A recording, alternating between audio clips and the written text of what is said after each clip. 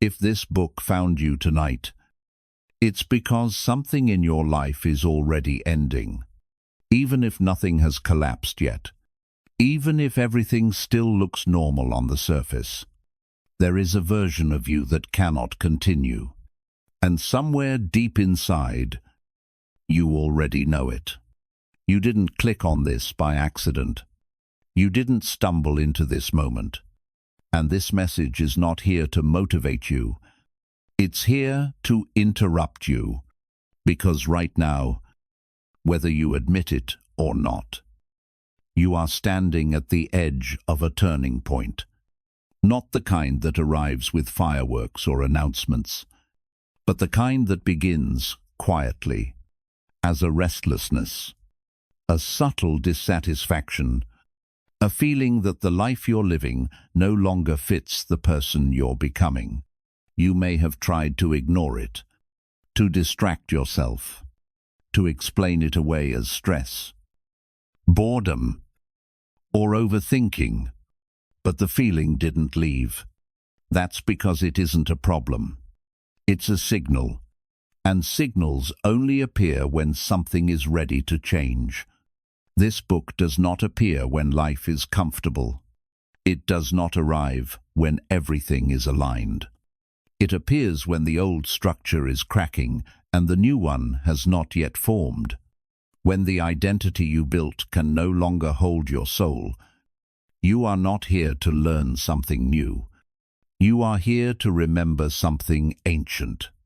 Something you once knew before you learned how to stay small. Before you learned how to survive instead of live. Before you learned how to silence your inner knowing. There is a thin veil between who you have been and who you are about to become. And right now, you are standing inside that veil. This is not a story about luck, or destiny, or being chosen. It's about readiness. Because the universe does not send messages to the unprepared, and change does not arrive to wake the sleeping. It comes to those who are already awake enough to feel that something must end for something truer to begin. This is not the beginning of your transformation. It is the confirmation that it has already started. And once you hear what you're about to hear, there is no going back to who you were before this moment.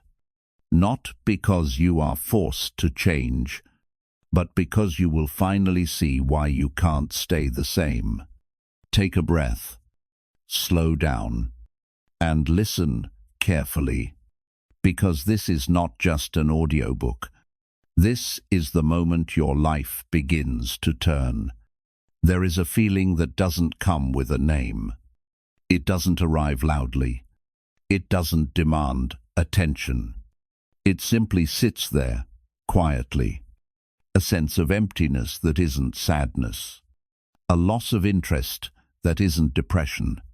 A distance from your old life that you can't quite explain. You wake up. Go through the motions. Do what you've always done. From the outside, everything looks fine, but inside, something feels finished. You no longer get excited by the things that once mattered. The conversations feel repetitive. The routines feel mechanical. The goals that once motivated you now feel strangely hollow. And the most confusing part is this: nothing is wrong. There's no obvious crisis, no dramatic collapse, no clear reason to feel the way you do. So you try to ignore it. You tell yourself you're just tired, or bored, or ungrateful. But the feeling doesn't go away. Because it isn't a problem. It's a signal. This emptiness is not a sign that something is missing. It's a sign that something has been outgrown. You are not lost. You are not broken. You are not failing. You are transitioning. What you're experiencing is the early stage of an inner exit, a quiet withdrawal of energy from a life that no longer matches who you are becoming. This is how real change begins. Not with chaos, but with disinterest. Not with destruction, but with detachment. You don't hate your old life. You've simply stopped resonating with it.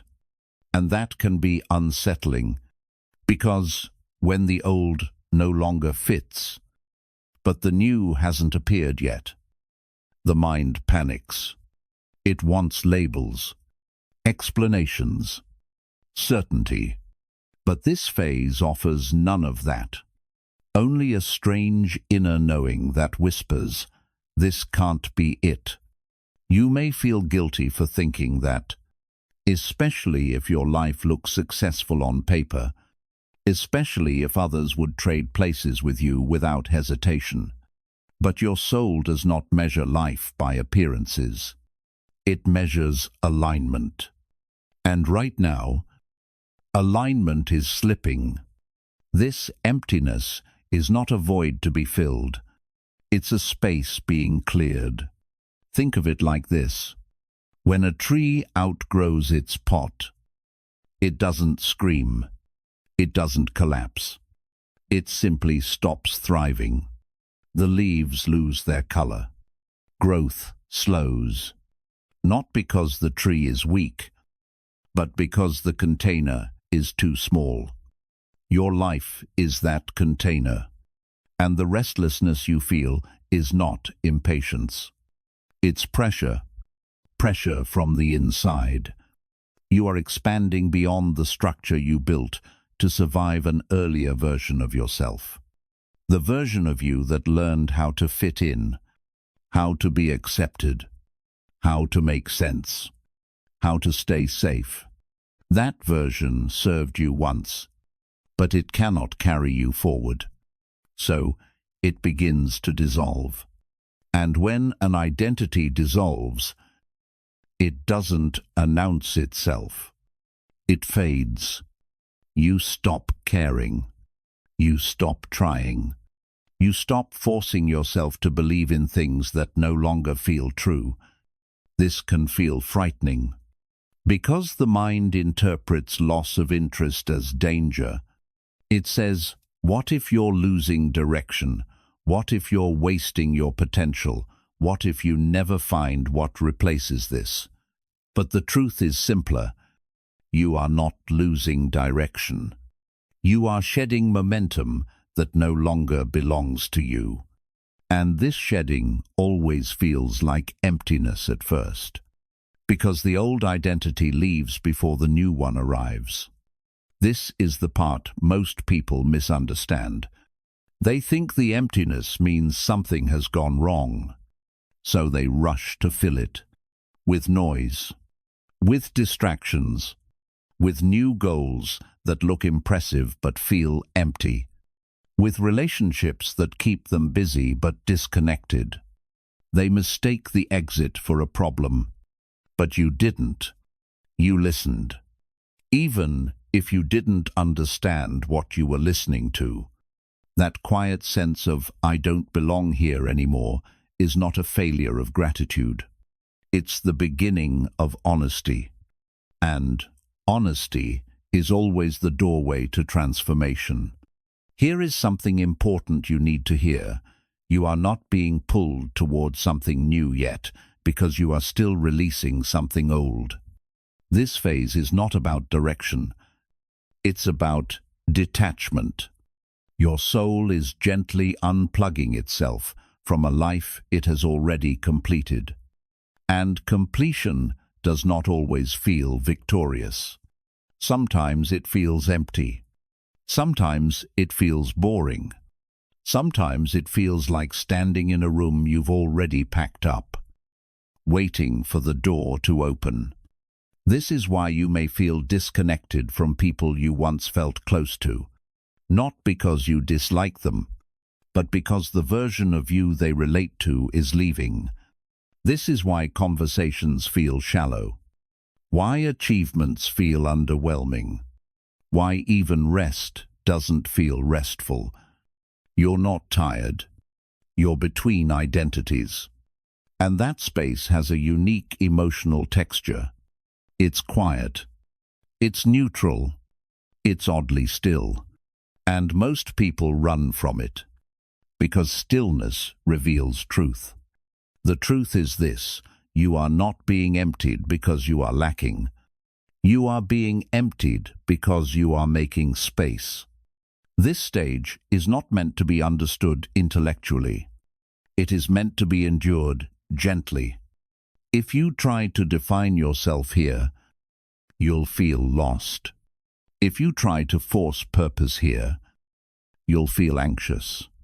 If you try to rush clarity here, you'll feel frustrated, because this phase has only one purpose: to loosen the grip of who you thought you were, so that who you truly are can arrive without resistance. You don't need answers right now. You don't need a plan. You don't need to fix anything. You only need to stop telling yourself that something is wrong. Nothing is wrong. Something is ending. And endings are quiet before they are clear. If there is one sentence to carry with you as you drift into sleep, let it be this: you are not stuck. You are not failing. You are not lost. You are being released.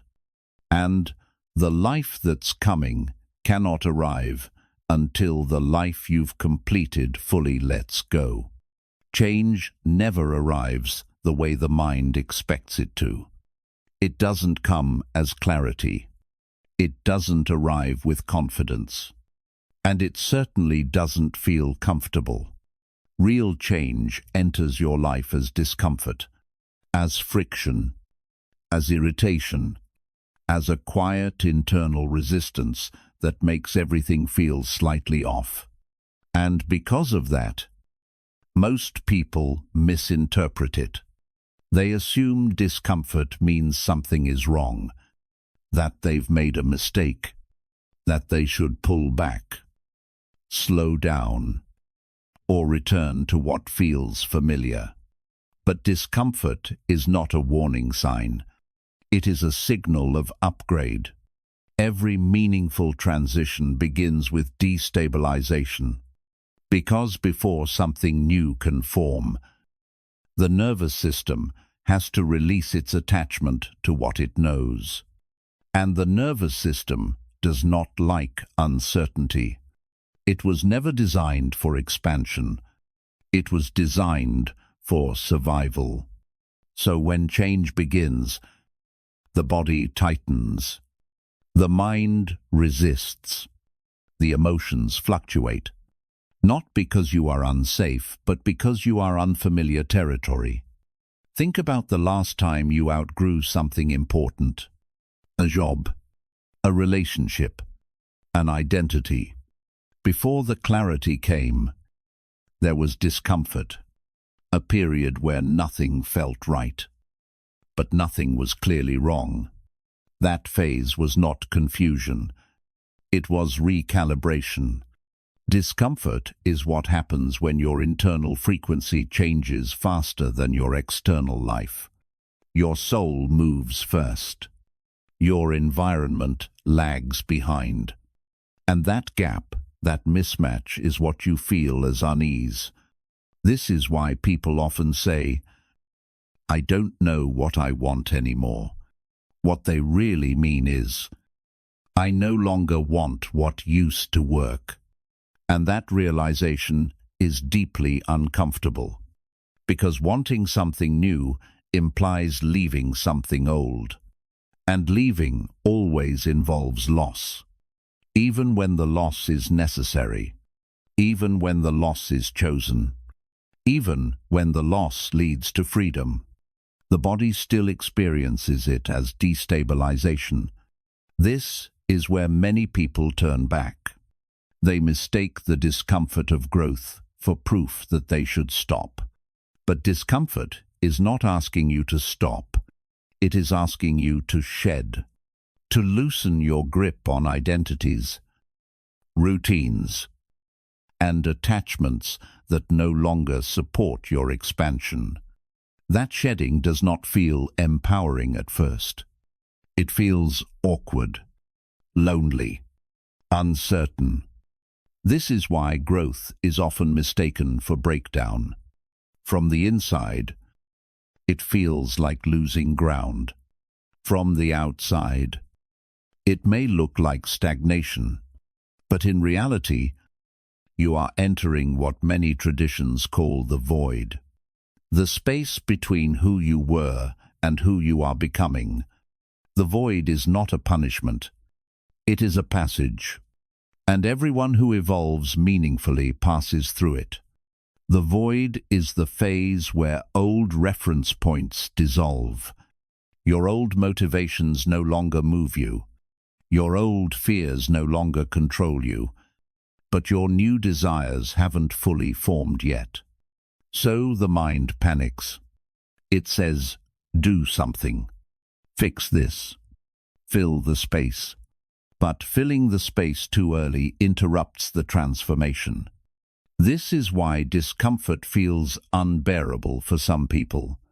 They have been trained to associate stillness with danger, uncertainty with failure, discomfort with weakness. So they rush back to noise, to distraction, to busyness, to identities that feel solid but hollow. They escape the void, and in doing so, they escape their next version. The people who change most deeply are the ones who do not run from discomfort. They sit with it. They allow it to exist without immediately trying to explain it away. They understand something crucial. Discomfort is not here to harm you. It is here to restructure you, just as muscles must tear before they grow stronger. Your sense of self must loosen before it can expand. This loosening feels destabilizing. You may feel emotionally exposed, more sensitive, less certain of your direction. But this sensitivity is not fragility. It is openness. And openness is the raw material of transformation. Discomfort sharpens perception. It forces you to notice what you've been tolerating, what you've been suppressing, what you've been avoiding. Comfort dulls awareness. Discomfort awakens it. This is why people who live comfortable lives often change the least. Not because they lack potential, but because nothing challenges their attachment to who they are. Change does not arrive when life is easy. It arrives when your internal truth can no longer coexist with your external structure. That conflict manifests as discomfort. And here is the part most people miss. Discomfort does not mean you are moving in the wrong direction. Often, it means you are moving exactly in the right one. Because the old self always resists its own dissolution. It whispers doubts, creates fear, generates reasons to return. Not because the old self is evil, but because it wants to survive. Every identity wants continuity, even one that no longer serves you.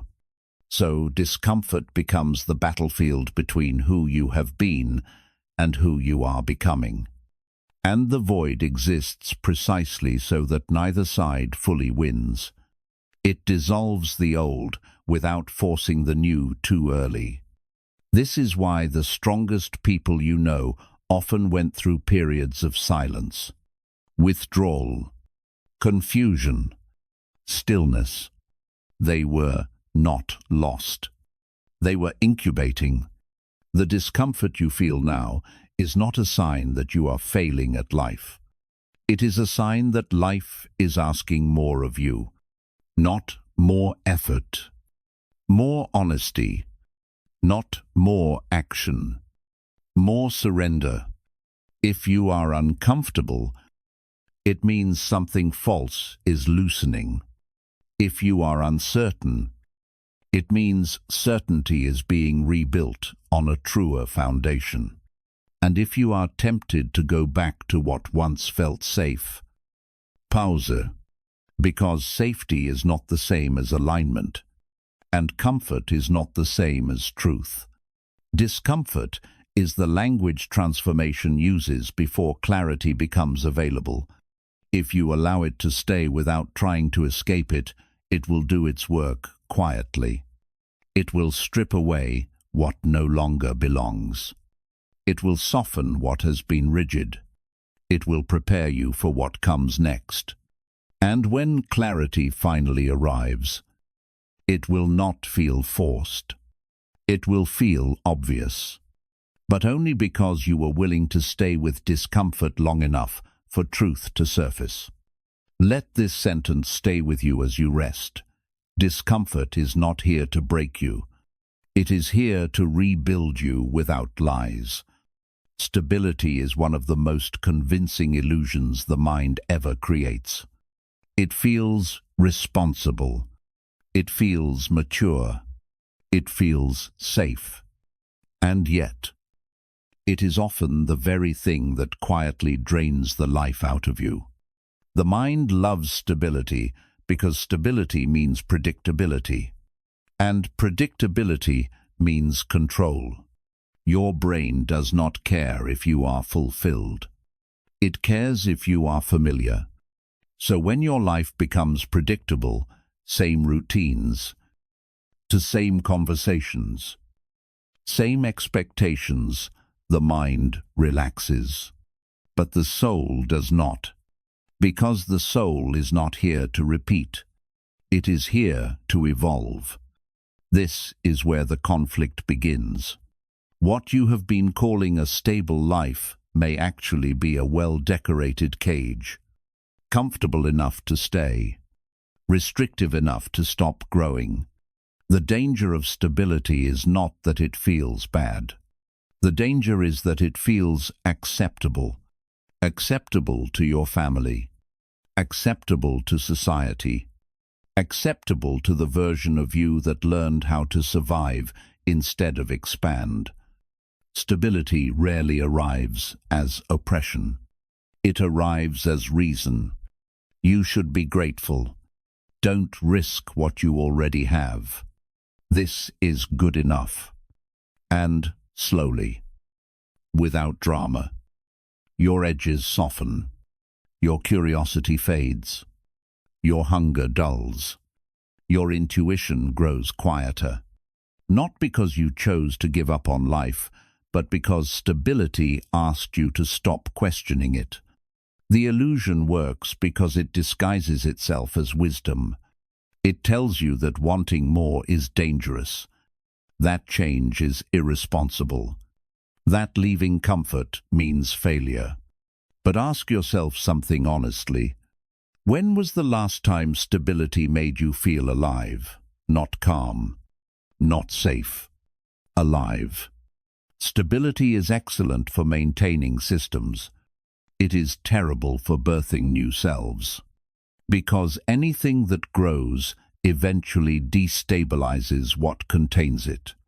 A tree breaks concrete. A child changes a family. Truth disrupts illusion. Growth is inherently destabilizing, which is why the mind resists it. The mind equates stability with survival, but survival is not the same as living. Many people confuse a quiet life with a meaningful one. They confuse low conflict with alignment. They confuse routine with purpose. And because nothing is wrong, they stay. They settle into lives that look correct but feel incomplete. This is why stability often becomes suffocating over time. Not suddenly, gradually. You don't notice the loss at first. You just notice that you're less curious, less expressive, less honest with yourself. You stop asking dangerous questions. Is this really what I want? Am I becoming who I'm meant to be? Would I choose this life again if I were free? Stability discourages these questions, because questions lead to movement, and movement threatens the structure, so the structure defends itself. It rewards you for staying small, for being reasonable, for being predictable, and the longer you stay, the harder it becomes to imagine leaving. This is how stability turns into stagnation, not by force but by comfort. The most dangerous part is this. Stability often comes with identity. You become the reliable one, the responsible one, the one who has it together. And once people expect you to be that person, changing feels like betrayal, not just of others, but of yourself. So you keep playing the role, even when it no longer fits, even when it costs you your aliveness. This is why stability often kills the soul quietly, not with crisis, but with repetition, not with chaos, but with sameness. The soul does not need constant excitement, but it does need truth. And truth is rarely static. It shifts, evolves, demands recalibration. If your life cannot move with your inner truth, it will eventually feel heavy. This heaviness is not laziness. It is not ingratitude. It is resistance to stagnation. Your soul is pushing back against a structure that has stopped growing with you. And the moment you begin to see stability for what it is, a tool, not a destination, its grip weakens. Stability is useful, but only when it supports expansion. When it stops doing that, it becomes a trap disguised as security. This is why moments of discomfort often follow periods of everything is fine, because fine is not fulfillment, and fulfillment is not negotiable forever. At some point, your soul demands honesty, and honesty disrupts stability. You are not wrong for questioning the life you built. You are not irresponsible for sensing that something must change. You are responding to a deeper intelligence that does not measure success by appearances. It measures it by resonance. If your life no longer resonates, it will not feel stable, no matter how structured it is. The illusion of stability begins to collapse when you realize that staying costs you more than leaving. Not immediately, but slowly. Staying costs you your curiosity, your voice, your sense of possibility, and once you see that cost, you cannot unsee it. This is the moment stability loses its authority, not because you rebel, but because you wake up, and waking up always destabilizes what kept you asleep. If you feel the structure of your life starting to feel tight, that is not a crisis. It is awareness. And awareness is the first crack in every illusion. Let this sentence stay with you as you drift deeper. Stability that demands your silence is not stability. It is stagnation. There is a version of you that cannot come with you, not because it is bad, not because it failed, but because it has already completed its purpose. And endings like this are rarely dramatic. They are quiet, personal, almost invisible to everyone except you. This is not about physical death. It is about identity. The version of you that learned how to adapt, how to belong, how to be accepted. the version of you that survived a world that did not yet make space for who you truly were. That version worked hard for you. It learned the rules. It wore the right masks. It chose safety over truth when truth felt too expensive. It protected you when you needed protection. But protection eventually becomes limitation. And the part of you that once kept you safe is now keeping you small. This is the grief most people don't name. You are not grieving a person. You are grieving a self.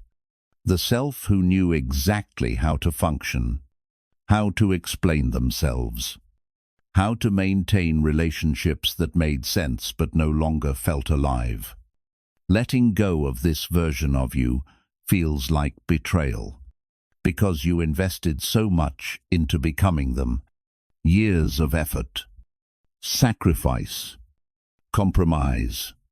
So when the soul says, "This version must end," the mind resists. It says, "But this is who I am. This is what people expect. This is what works." And it's true. It did work, but it doesn't anymore. Growth always requires a death that looks like loss from the outside. You may feel it as sadness without a clear cause, a tenderness toward your past, a strange nostalgia for a life you are still living. You are mourning an identity before it fully disappears. This is why this stage hurts. Not because something is being taken from you, but because something you were is dissolving. And no one teaches us how to grieve ourselves. The old version of you had language for the world, explanations ready, stories that made sense. The new version does not yet. So letting go feels like stepping into silence. And silence feels like death to the ego. Your ego does not want to die. It wants continuity, recognition, validation. It wants to be seen as good, consistent, reliable. So, when you begin to change, it panics. It clings to old roles, old dynamics, old labels. It tells you that if you stop being who you were, you will lose everything. But what it doesn't tell you is what staying will cost. Staying costs your honesty, your intuition, your sense of inner coherence. And, eventually, staying costs your aliveness. This is where relationships begin to shift. Not because you stopped loving people, but because the version of you they relate to is no longer present. You may notice conversations feel strained. You speak less, not because you have nothing to say, but because explaining yourself feels wrong. You are no longer interested in defending who you are becoming to people who only recognize who you were. And that distance hurts. Because some of these relationships were built on shared survival, shared history, shared identity. But shared history is not the same as shared direction. And when directions diverge, connection must either evolve or release. This is where many people try to negotiate. They try to change without changing, to evolve without disappointing anyone, to grow without letting anything fall away. But that is not transformation. That is performance. True transformation requires an ending that cannot be softened. The old self must be allowed to die without being dragged forward. This does not mean you reject your past. It means you honor it by not forcing it to pretend it still belongs. You do not kill the old self with violence. You release it with gratitude. You say, "Thank you for getting me here." and thank you for stepping aside. This is the moment of real courage. Not becoming someone new. Allowing someone old to go. And here is the part that breaks people open. The people who benefited from your old identity may resist your change. They may say you are different, distant, hard to read. They may feel abandoned. But what they are really feeling is the loss of access to a version of you that no longer exists. You cannot resurrect that version without betraying your truth. And betraying your truth is the slowest form of self-destruction. This chapter of transformation is not loud. It is tender. It is the quiet goodbye you whisper to yourself when no one is watching. The moment you realize you cannot carry everyone with you, and that choosing yourself does not make you selfish. It makes you honest. The version of you that must die is not your enemy. It is your predecessor. It walked so you could see further. And now, it rests. Let this sentence stay with you as sleep approaches. You are not losing yourself. You are releasing who you needed to be to survive a life you have already outgrown. After the old version of you loosens its grip, there is a moment where nothing replaces it. No new clarity, no new identity, no immediate direction, only space. This is the void, and it is the most misunderstood phase of transformation. Most people panic here. They believe something has gone wrong, that they've lost themselves, that they made a mistake by letting go. But the void is not a mistake. It is a necessary suspension, a pause between stories. The mind hates this phase, because the mind survives on labels, on definitions, on knowing who you are and what comes next. The void offers none of that. In the void, you are no longer who you were, but not yet who you will become. There is no script to follow, no role to perform, no identity to lean on, and without those, the ego feels naked. So it urges you to fill the space, to rush into a new label, a new goal, a new explanation, anything that restores familiarity. But filling the void too quickly interrupts the transformation, because the void is not empty. It is incubation. It is where old patterns dissolve without being immediately replaced. It is where the nervous system relearns safety without clinging to outdated structures. This phase feels uncomfortable because you are temporarily without orientation. Not lost, unoriented. There is a difference. Lost implies you should know where you're going. Unoriented means the old compass no longer applies. You are between maps. And being between maps requires stillness. This is why the void feels quiet but intense. You may notice less desire to speak, less interest in explaining yourself, less tolerance for noise, not because you are withdrawing from life, but because life is reorganizing internally. The void strips away performative identity, the versions of you that existed to be seen, to be approved, to be validated. Without an audience, even an imagined one, what remains? At first, that question feels terrifying. Then, slowly, it becomes liberating, because in the absence of identity, you are no longer required to maintain anything. No image, no reputation, no narrative. You can finally rest. Not the kind of rest that comes from distraction, but the kind that comes from non-performance. This is why many people mistake the void for depression. But depression collapses energy. The void conserves it. Depression feels heavy. The void feels quiet. Depression drains meaning. The void suspends it.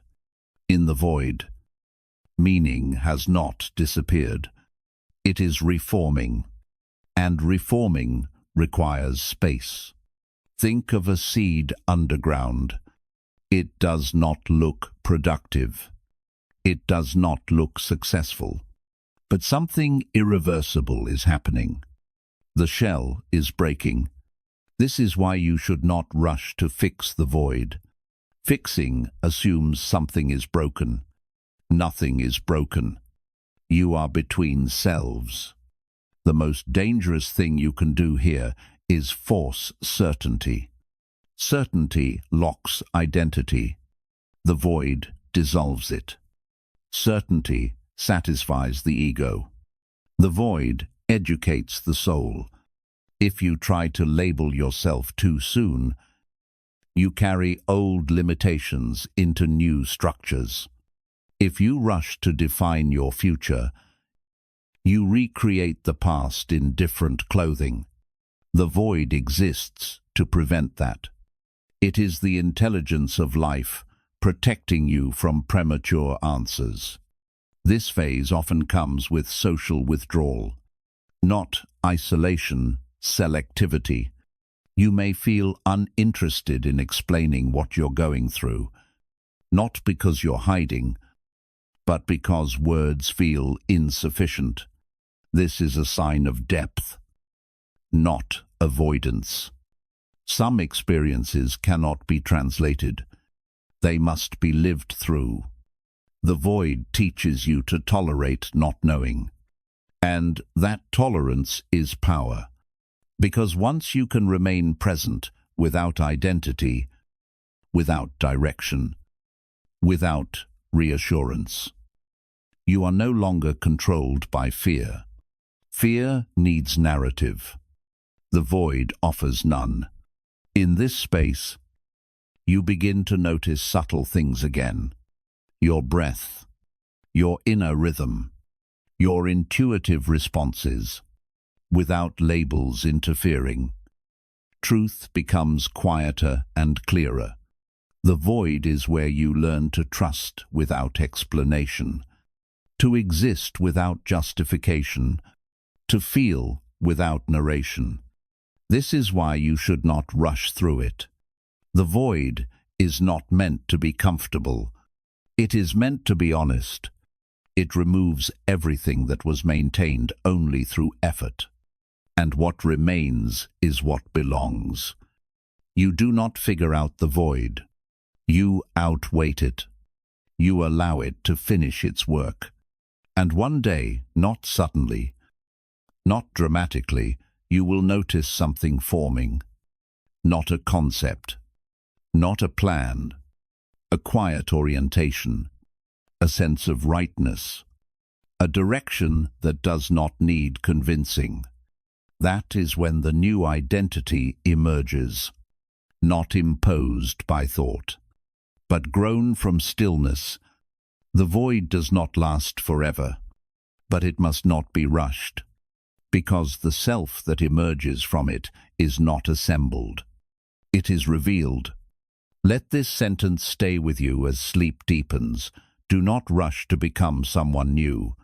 Stay long enough for what is false to fully dissolve.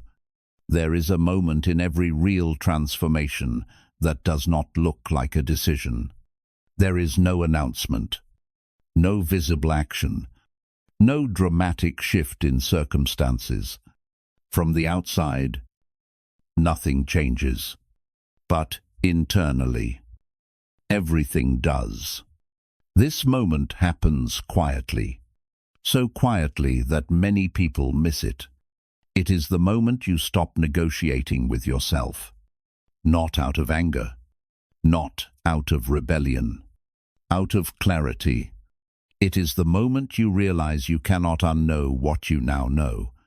You cannot return to pretending. You cannot go back to performing a life that no longer reflects your truth. This is not the moment you decide what you will do. It is the moment you decide who you will no longer be. The old self doesn't collapse instantly. It lingers. It offers compromises. It says, maybe you can change slowly. Maybe you don't have to let everything go. Maybe this discomfort will pass. But something in you has already settled. Not emotionally. Energetically.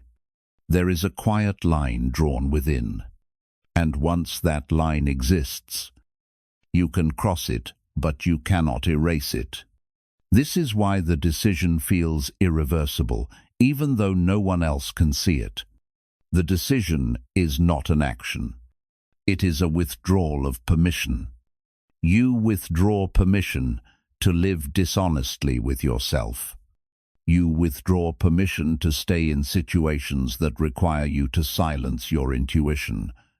You withdraw permission to explain away your inner knowing for the sake of comfort. This withdrawal is subtle, but it is final. From this point on, you may still hesitate. You may still fear. You may still delay. But you will not be able to fully betray yourself again, because the decision has already been made at a level deeper than thought. This is why people often say, I don't know why, but I just can't do that anymore. They are not confused. They are aligned. Alignment does not arrive as certainty. It arrives as non-negotiability. There are things you simply cannot return to, not because they are wrong, but because they are no longer true. This decision does not demand immediate movement. In fact, forcing action too soon often comes from anxiety. The real decision does not rush. It settles. It waits. It allows life to rearrange around it. This is why transformation after this point often appears slow. You are no longer reacting. You are recalibrating. You move differently now, with less urgency, with more discernment. You stop chasing confirmation. You no longer need external permission because the internal permission has been granted. This decision also brings loneliness. Not because you lose people immediately, but because you stop fully belonging to who you used to be. You stand between worlds, too aware to go back, too early to fully arrive. This is a fragile phase. Not weak, sensitive. And sensitivity requires protection. This is why silence deepens here. You speak less, explain less, share selectively, not out of secrecy, but out of respect for what is forming. The decision that changes everything is not made with words. It is made with restraint, with patience, with a refusal to rush clarity before it ripens. You do not need to know how your life will change. You only need to know that it must. And that knowing becomes the compass. From here on, life responds differently to you. Not immediately, not obviously, but subtly. Opportunities feel different. Conversations land differently. Choices reveal their weight faster. Because you are no longer deciding from fear. You are deciding from coherence. The old patterns still try to return. Habit is persistent. But now, when you step back into them, something feels off instantly. The body notices. The breath tightens. The energy withdraws. This is the decision working, not as punishment, as guidance. You have chosen truth over comfort, even if you don't yet know what truth will demand. And that choice reorganizes your entire trajectory. Most people think life changes when you take bold action. But life actually changes when you quietly stop lying to yourself. Everything after that is just logistics. The world will catch up. The structures will shift. The clarity will come. But this decision is the axis everything turns on. And once it exists, your life will never fully align with anything that contradicts it. Let this sentence stay with you as sleep approaches. The moment you stop negotiating with your truth is the moment your life quietly begins to change. Most people believe they are afraid of failure. But if you look closely, you will see something more uncomfortable hiding underneath. They are afraid of success. Not the idea of success, not the fantasy of it, but the consequences of actually becoming who they know they could be. Failure keeps life familiar. Success changes everything. Failure allows excuses. Success removes them.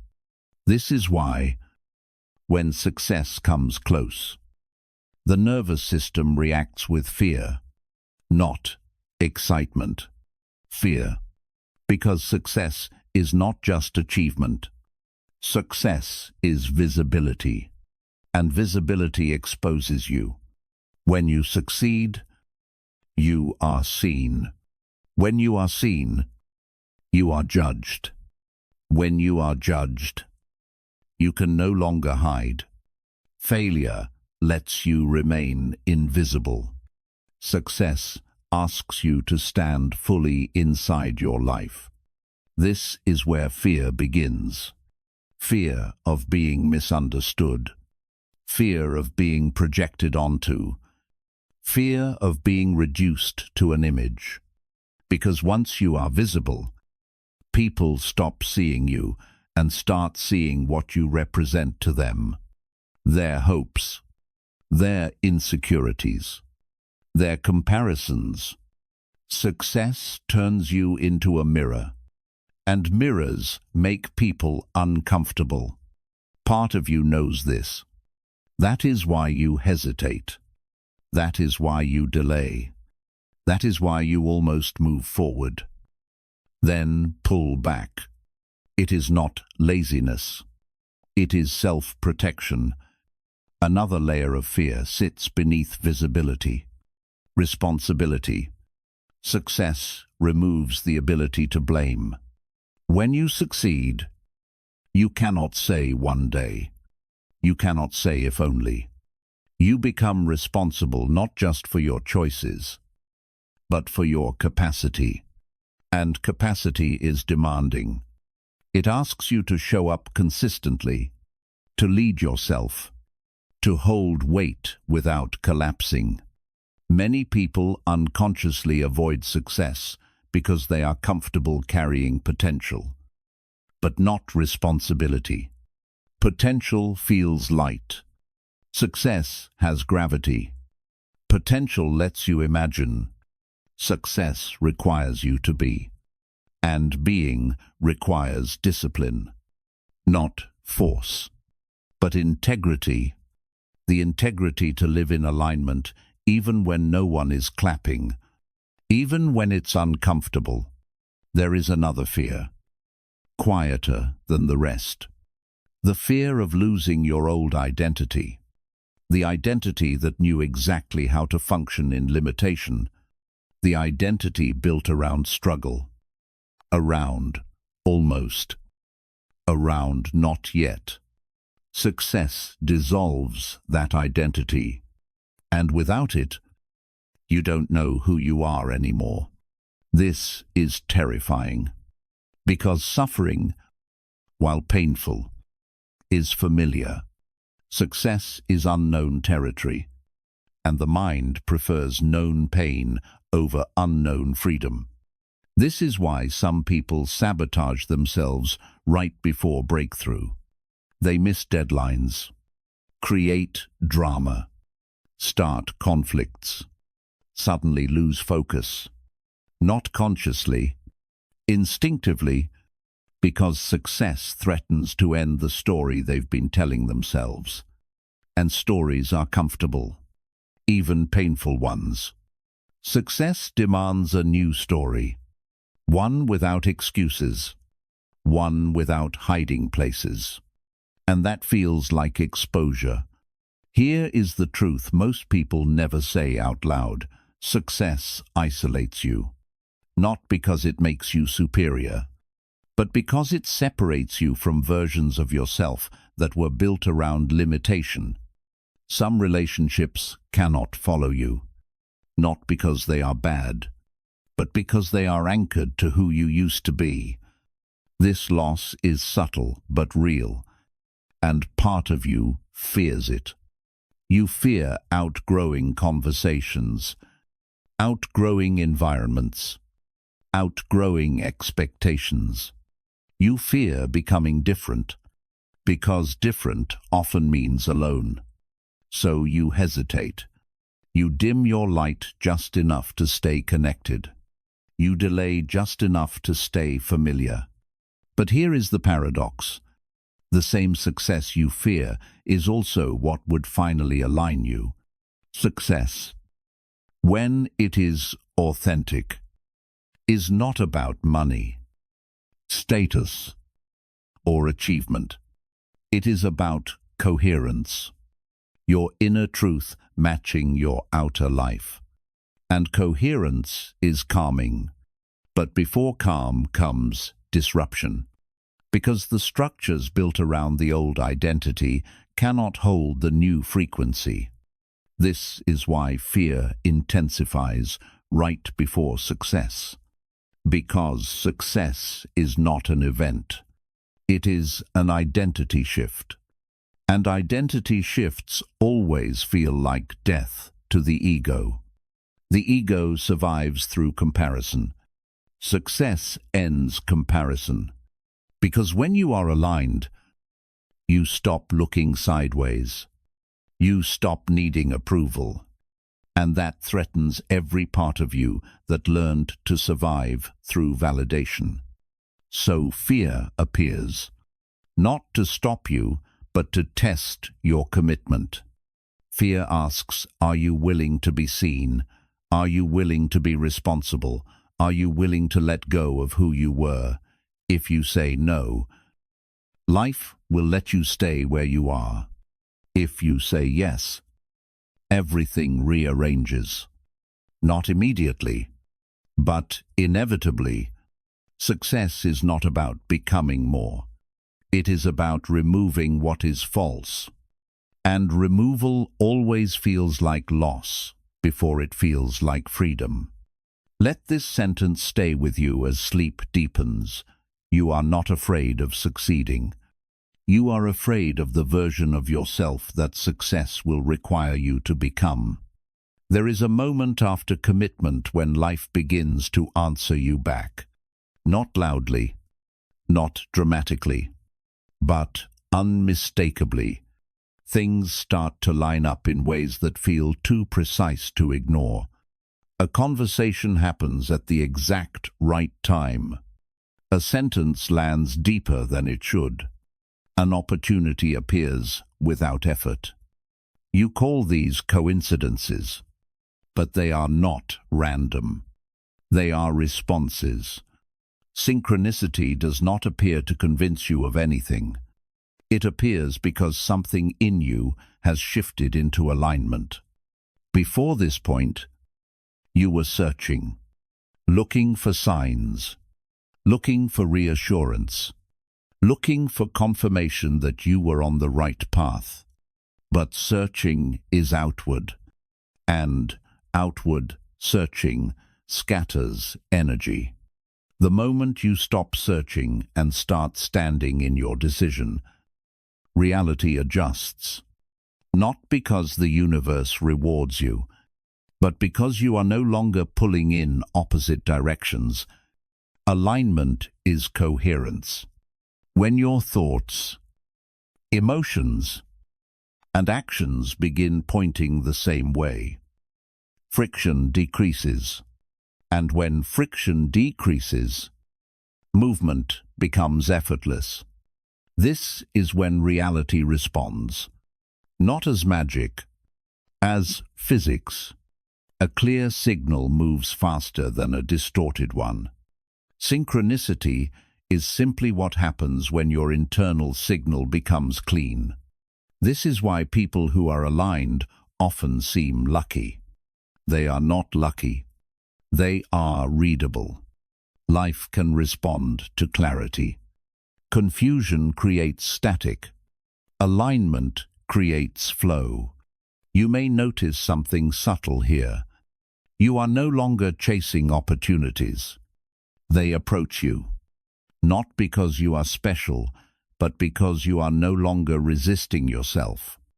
Before alignment, you asked, "What should I do?" After alignment, you notice what appears. And what appears feels natural, not forced, not desperate, just right. This is why synchronicity often feels calm. There is no rush, no adrenaline, just a quiet recognition. This fits, and fitting is the key. Synchronicity is not about signs in the sky. It is about resonance. When you change internally, you stop responding to what no longer matches you, and those mismatched situations fall away naturally. At the same time, things that match your new frequency begin to surface, not because they are new, but because you can finally see them. Alignment sharpens perception. You start noticing patterns, repeating themes, echoes. You hear the same message from different mouths. You encounter the same idea in different forms. This repetition is not coincidence. It is convergence. Life is narrowing its communication to what matters. And the more aligned you are, the simpler the messages become. You don't need complexity anymore. You need clarity. This is why aligned people often live simply. They are not overwhelmed by options. They are guided by resonance. They know what feels right because their internal noise has quieted. This does not mean everything becomes easy. Challenges still exist, but they feel different. They no longer feel like punishment. They feel like refinement. Synchronicity does not remove difficulty. It removes confusion. You know why you are doing what you're doing, and knowing why changes everything. There is another shift here. You stop needing proof. You stop asking, "Is this real?" Because alignment is self-validating. It does not require belief. It produces coherence. This is why synchronicity is often misunderstood as spiritual fantasy. But it is deeply practical. When you are aligned, you make cleaner decisions. Cleaner decisions create cleaner outcomes. Cleaner outcomes reinforce trust. Trust reduces fear. Fear reduction improves perception. Improved perception reveals opportunity. This loop looks like magic to those who live in contradiction, but to you, it feels logical, calm, grounded. You may notice that synchronicity appears after you let go of control, not when you force outcomes, but when you commit without micromanaging how life should respond. This surrender is not passivity. It is precision. You stop wasting energy trying to bend reality to your will. Instead, you cooperate with it, and cooperation is powerful. Reality is not resisting you. It was responding to mixed signals. Once those signals align, response becomes efficient. This is why synchronicity often follows silence. Less talking, less explaining, less announcing. You are no longer leaking energy. So, momentum builds. Quietly. The aligned person does not advertise transformation. They embody it. And embodiment speaks louder than intention ever could. This is when people say things like, "I don't know what changed about you. You seem grounded. You feel different." They are sensing coherence, not performance. Synchronicity is not something you chase. It is something you notice when you stop chasing. It is the natural echo of internal alignment. And here is the most important part. Once you experience real synchronicity, you stop needing reassurance. You trust your inner signal. You no longer ask life to prove itself to you. You move with it. This is the shift from seeker to participant, from observer to contributor. Life is no longer something happening to you. It is something happening through you. Let this sentence stay with you as sleep deepens. When you stop searching for signs, you become the signal life responds to. There comes a point in every real transformation where you stop asking life for direction, not because you know everything, but because you finally trust how you know. This is the moment you stop searching, not outward, not inward, because searching implies lack, and you are no longer operating from lack. Before this stage, you were looking for confirmation, a sign, a feeling, a guarantee. You wanted to know if you were doing the right thing.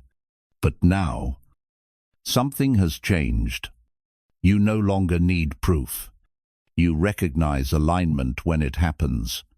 This is what it means to become the signal. You are no longer tuning in. You are broadcasting. Not intentionally, not performatively, energetically. Your presence carries coherence, and coherence organizes reality. When you become the signal, you stop chasing outcomes. You don't stop caring, you stop gripping. There is a subtle but profound difference. Gripping comes from fear of loss. Clarity moves without tension. This is why aligned action feels quiet. You do what needs to be done without inner negotiation. You say no without explanation. You say yes without overthinking. Not because you are impulsive, but because hesitation no longer lives in your body. The nervous system has recalibrated. Before, every decision required justification. Now, decisions feel obvious. Not easy, but clear. Becoming the signal means your inner state sets the tone. You no longer wait for motivation. Motivation is reactive. You move from readiness. Readiness does not fluctuate. It is stable without being rigid. This is why people who are aligned seem calm even when life is intense. They are not calmer because life is easier. They are calmer because they are no longer divided. Division creates noise. Alignment creates stillness. Stillness is not inactivity. It is precision. When you become the signal, you stop explaining yourself. Not out of arrogance, out of economy. Explanation is needed when your actions contradict your truth. When they don't, silence is enough. You let your choices speak. You let time do the convincing. This is why authenticity becomes magnetism here. Not because you are trying to attract, but because there is no static. People feel ease around you, not excitement, not intensity. Ease. Ease comes from congruence. You are the same person alone and observed. There is no performance gap, no mask switching. This consistency is rare, and rarity is magnetic. You also notice something else. You are no longer interested in convincing anyone of your path. You don't argue. You don't defend. Not because you are right, but because you are rooted. Rooted people don't persuade. They grow. And growth speaks. When you become the signal, your life simplifies. Not externally at first. Internally, you stop tolerating misalignment. Small things register quickly. A conversation that drains you. An environment that feels off. A habit that dulls you. You don't dramatize it. You adjust. This responsiveness is maturity, not avoidance. You are no longer numbing discomfort. You are reading it. Discomfort becomes information, not a threat. This is why aligned people seem decisive. They are not faster thinkers. They are better listeners. They listen to the body, to intuition, to subtle resistance, signals others ignore. Becoming the signal also means you stop narrating your transformation. You don't post about it. You don't announce it. Not because you are hiding, but because narration disperses energy. Embodiment concentrates it. Your energy is no longer leaking. So momentum builds. Quietly, you may notice that people come to you differently now. Not for advice, not for answers, but for presence. They feel steadier around you. They feel clearer around you. They may not know why. You don't need to explain it. Because explanation would cheapen it. This is when leadership emerges. Not positional leadership. Energetic leadership. You don't guide by instruction. You guide by state. Others feel what alignment feels like in your presence. And that does more than words ever could. Becoming the signal also brings humility. Because you realize this state is not achieved. It is maintained. Alignment is not permanent. It is practiced.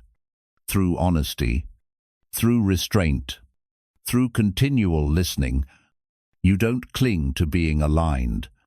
You stay responsive. This prevents rigidity. Rigidity kills coherence. Flexibility keeps the signal clean. You understand now that life is not asking you to control outcomes. It is asking you to maintain integrity. Outcomes follow integrity naturally. This is why you no longer obsess over timing. Timing is not forced. It reveals itself. You move when movement feels inevitable. You wait when waiting feels intelligent. There is no anxiety in either. Becoming the signal means you are no longer trying to be seen. Visibility happens when needed. Invisibility happens when needed. Both feel neutral. You are no longer chasing significance. Significance emerges from alignment, and alignment is quiet. This is the paradox most people never understand. The louder you try to be, the less signal you carry. The quieter you become, the more reality listens. Let this sentence stay with you as sleep deepens. When you stop asking life for direction, your presence becomes the direction everything responds to. At some point, a quiet realization settles in, not as excitement, not as revelation, as recognition. Nothing external caused this shift. Not a book, not a sign, not the universe suddenly choosing you. You did. You are the turning. This is the moment when you stop locating change outside yourself. You stop waiting for permission. You stop asking for confirmation. You stop watching for the right time, because you understand something deeply now. The moment you changed how you relate to yourself, everything else had no choice but to follow. The world did not change first. You did. And the world simply adjusted. This is where many people get confused. They believe life changes because circumstances improve, because opportunities appear, because someone finally sees them. But circumstances are effects, not causes. What actually changed was your orientation. You stopped moving from fear, from performance, from survival. You began moving from coherence. And coherence reorganizes reality. This is why nothing looks dramatic from the outside. Your life may appear almost the same. Same city, same routines, same responsibilities. But internally, everything is different. You are no longer bracing yourself against life. You are standing inside it. You are no longer trying to escape discomfort. You listen to it. You are no longer chasing meaning. You generate it. This is the turning point most people never recognize, because it doesn't announce itself. There is no before and after photo, no clear dividing line, just a quiet sense of irreversibility. You cannot go back to who you were, not because you hate that version, but because you have outgrown the need to live unconsciously. This is not enlightenment. It is embodiment. You no longer talk about change. You live differently. You pause before reacting. You choose silence where you once explained. You act from clarity instead of urgency. And slowly, your life reflects that shift. Not through miracles, through alignment. You begin to notice how much energy you once spent trying to be understood, trying to be approved of, trying to justify your path. That energy returns to you now, not as excitement, as steadiness. You feel more grounded, more present, less interested in proving anything. This is what real power feels like. Not dominance, not control, stability from within. And with that stability comes discernment. You no longer confuse noise with opportunity, or attention with value. You see clearly what belongs, and what does not. This clarity simplifies your life, not because things disappear instantly, but because you stop feeding what drains you, and what you stop feeding eventually falls away. You don't fight it. You don't dramatize it. You let it go. This is why this turning point is so quiet. It is not about destruction. It is about withdrawal of energy. You withdraw energy from misalignment, and misalignment collapses on its own. At this stage, you also realize something humbling. You were never waiting for a sign. The sign was waiting for you. waiting for you to stop asking life what to do and start listening to what you already knew. This is why the book found you when it did. Not because it caused the change, but because you were ready to recognize it. The book did not open the door. You did.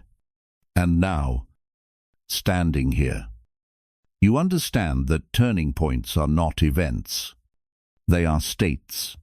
They are moments when your inner authority returns, when you stop outsourcing your direction, when you accept that no one can live your life for you, and no explanation will ever replace alignment. This is where responsibility becomes freedom. Because you are no longer waiting to be rescued, you are present, awake, engaged, and life responds differently to someone like that. Not faster, not easier, but cleaner. There is less resistance, less confusion, less self-betrayal. You are not perfect. You are conscious, and consciousness corrects itself. You don't need to be certain about the future. You trust your ability to meet it. That trust is the real turning point. You are no longer asking, "Will this work?" You are asking, "Is this true?" And truth has a way of sustaining itself. This is why the change feels permanent. Not because circumstances won't fluctuate, but because your relationship to them has changed. You no longer collapse when things are unclear. You wait. You no longer rush to define yourself. You listen. You no longer fear losing what no longer fits. You release. And in that release, life gains room to move. This is the quiet maturity few people reach. The place where ambition becomes alignment, where effort becomes precision, where movement becomes intentional. You don't need to explain this to anyone. Those who resonate will feel it. Those who don't are not meant to follow. And that no longer troubles you, because you are no longer living for reflection. You are living from truth. Let this sentence stay with you as sleep takes you. You were never waiting for life to change. Life was waiting for you to become the one who could live it differently. If you are still listening, nothing here was random. Not this book. Not this moment. Not the quiet recognition that brought you to the end. You were not chosen. You chose. You chose to listen instead of scrolling, to stay instead of escaping, to feel instead of numbing. And that choice matters more than you realize. This audiobook was never meant to change your life for you. It was meant to remind you that change begins the moment you stop abandoning yourself. You didn't hear new information tonight. You remembered something you already knew. That discomfort was not a problem. That emptiness was not failure. That fear was not weakness. They were signals. And now you understand what they were pointing to. You are not waiting for the right sign. You are not waiting for permission. You are not waiting for the universe to move first. You are the turning. From this moment on, your life does not need to become dramatic to become meaningful. It only needs to become honest. Honest in the way you choose. Honest in the way you stay silent. Honest in the way you stop negotiating with what you already feel is true. You don't need to announce this shift. You don't need to explain it to anyone. Let it integrate quietly. Let it change how you move, how you speak, how you listen. Transformation that lasts does not need an audience. If this message resonated with you, let it settle. Come back to it when you need grounding. Let it play while you rest. Let it work beneath the surface. And if you want to continue this journey, not through noise, but through depth, stay with this channel. Here, we don't chase motivation. We cultivate awareness. We don't rush change. We allow alignment, and we don't escape life. We meet it consciously. If you feel called, subscribe, not as a commitment to content, but as a commitment to presence. And before you sleep, hold this one sentence gently. Nothing is about to change in your life. Everything already has. Good night.